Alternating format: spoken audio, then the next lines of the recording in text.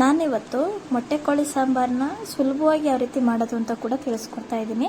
ಅಂದರೆ ಬರಲ್ಲ ಅನ್ನೋರು ಅಡುಗೆ ಮಾಡೋದಕ್ಕಂತೂ ಬರೋದೇ ಇಲ್ಲ, ಫಸ್ಟ್ ಟೈಮ್ ಅಡುಗೆ ಮಾಡೋರು ಅಂತಂದ್ರೂ ಕೂಡ ತುಂಬ ಸುಲಭವಾಗಿ ಮಾಡ್ಕೊಳ್ಬೋದು. ಮೊಟ್ಟೆ ಕೋಳಿ ಸಾಂಬಾರಂತೂ ಮಾಡೋದೇನಂತ ಕಷ್ಟನೇ ಅಲ್ಲ, ತುಂಬ ಸುಲಭವಾಗಿ ಮಾಡ್ಕೊಳ್ಬೋದು. ನೋಡಿ, ಫಸ್ಟು ಒಂದು ಪಾತ್ರೆ ತೊಗೊಂಡು ಒಂದು ಕುಕ್ಕರ್ನ ತೊಗೊಂಡು ಸ್ವಲ್ಪ ಎಣ್ಣೆನ ಕಾಯಕ್ಕೆ ಇಟ್ಕೊಂಡ್ಬಿಟ್ಟು ಅದಕ್ಕೆ ಇವಾಗ ನಾನು ಫಸ್ಟ್ ನೋಡಿ ಜಿಟ್ಟಿನ ಕೋಳಿ ಈ ಥರ ಬರುತ್ತಲ್ಲ ಮೊಟ್ಟೆ ಕೋಳಿ ಸಾಂಬಾರು, ಅದಕ್ಕೆ ಎಲ್ಲ ಒಂದು ಕೋಳಿನ ತೊಗೊಂಡು ಫುಲ್ಲು ಈ ರೀತಿಯಾಗಿ ಎಲ್ಲ ಕ್ಲೀನ್ ಮಾಡಿಕೊಂಡು ತೊಗೊಂಡ್ಬಂದಿದ್ದೆ. ತೊಳೆದ್ಬಿಟ್ಟು ಅದಕ್ಕೆಲ್ಲ ಸೇರಿಸಿ ಮತ್ತೆ ಅದು ಎಣ್ಣೆ ಚೆನ್ನಾಗಿ ಸ್ವಲ್ಪ ಕಾದ್ಮೇಲೆ ಅದಕ್ಕೆ ಹಾಕ್ಬಿಟ್ಟು ಮತ್ತೆ ಎಲ್ಲ ತಿರುಗಿಸ್ಕೊಳ್ತೀನಿ.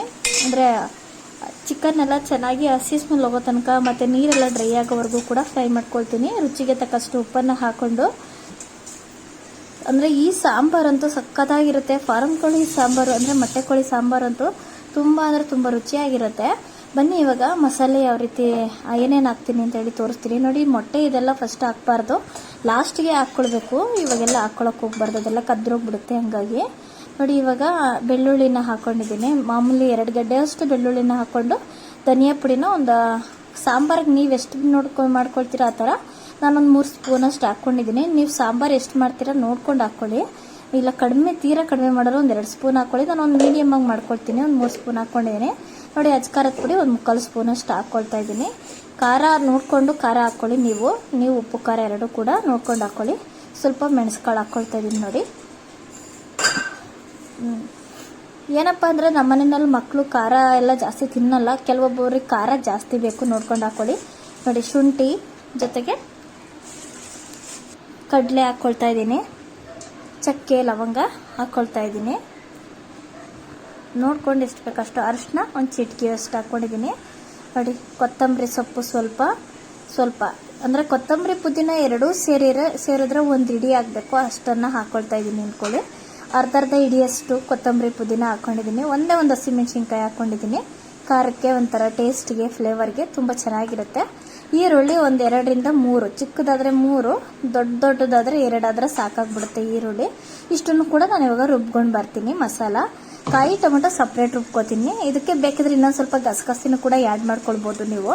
ನೋಡಿ, ಚಿಕನ್ನು ಇಷ್ಟು ನೀರೆಲ್ಲ ಡ್ರೈ ಆಗಿದೆ. ಡ್ರೈ ಆದಮೇಲೆ ನಾವು ಇವಾಗ ರುಬ್ಬಿರೋವಂಥ ಮಸಾಲನ್ನೆಲ್ಲ ಸೇರಿಸ್ಕೊಂಡು ಚೆನ್ನಾಗಿ ತಿರುಗಿಸಿ ಕುದಿಸ್ಕೊಳ್ತೀನಿ. ಹಸಿ ಸ್ಮೆಲ್ ಹೋಗೋ ತನಕ ಕೂಡ ಕುದಿಸ್ಕೊಬೇಕಾಗತ್ತೆ. ಇದೆಲ್ಲ ಆದಮೇಲೆ ಅದಕ್ಕೆ ಒಂದು ಹೋಳು ಕಾಯಿ ಮತ್ತು 2 ಟೊಮೆಟೊ ಹಣ್ಣು, 2 ಇಲ್ಲ 1, ಚಿಕ್ಕದಾದರೆ 2, ದಪ್ಪದಾದರೆ 1 ಹಾಕ್ಕೊಂಡು ನುಣ್ಣಗೆ ರುಬ್ಕೊಂಬಂದು ಸೇರಿಸ್ಕೋಬೇಕು. ಅಷ್ಟರಲ್ಲಿ ಈ ಮಸಾಲೆದು ಕೂಡ ಹಸಿ ಸ್ಮೆಲ್ ಹೋಗಿರುತ್ತೆ. ಅದಾದಮೇಲೆ ಇದು ಕೂಡ ಕಾಯಿ ಟೊಮೆಟೊನು ಕೂಡ ರುಬ್ಬಿಟ್ಟು ಸೇರಿಸ್ಕೊತಾ ಇದ್ದೀನಿ. ನೋಡ್ತಾ ಇದ್ದೀರಲ್ಲ ಎಷ್ಟು ಸುಲಭ ಅಂತಂದರೆ ಅಷ್ಟು ಸುಲಭ. ಚಿಕನ್ ಸಾಂಬಾರು ಮಾಡೋದಂತೂ ತುಂಬ ಅಂದರೆ ತುಂಬ ಈಸಿ ಆಗುತ್ತೆ. ನೋಡಿ, ಬೇಗ ಮಾಡ್ಕೊಳ್ಬೋದು. ಅಂದರೆ ಬೇಯೋದೊಂದೇ ಲೇಟು ಅನ್ನೋದೊಂದು ಬಿಟ್ಟರೆ ಕುಕ್ಕರಲ್ಲಾದರೆ ಬೇಗ ಆಗೋಗುತ್ತೆ. ನಾವು ಪಾತ್ರೆನಲ್ಲಿ ಬೇಯಿಸ್ತೀವಿ ಅಂತಂದರೆ ಸ್ವಲ್ಪ ಸಿಕ್ಕಾಬಟ್ಟೆ ಲೇಟ್ ಆಗಿಬಿಡುತ್ತೆ. ನೋಡಿ, ಹೀಗೆ ಎಲ್ಲ ಹಾಕ್ಕೊಂಡು ಚೆನ್ನಾಗಿ ಬೇಯಿಸ್ಕೊಳ್ತೀನಿ.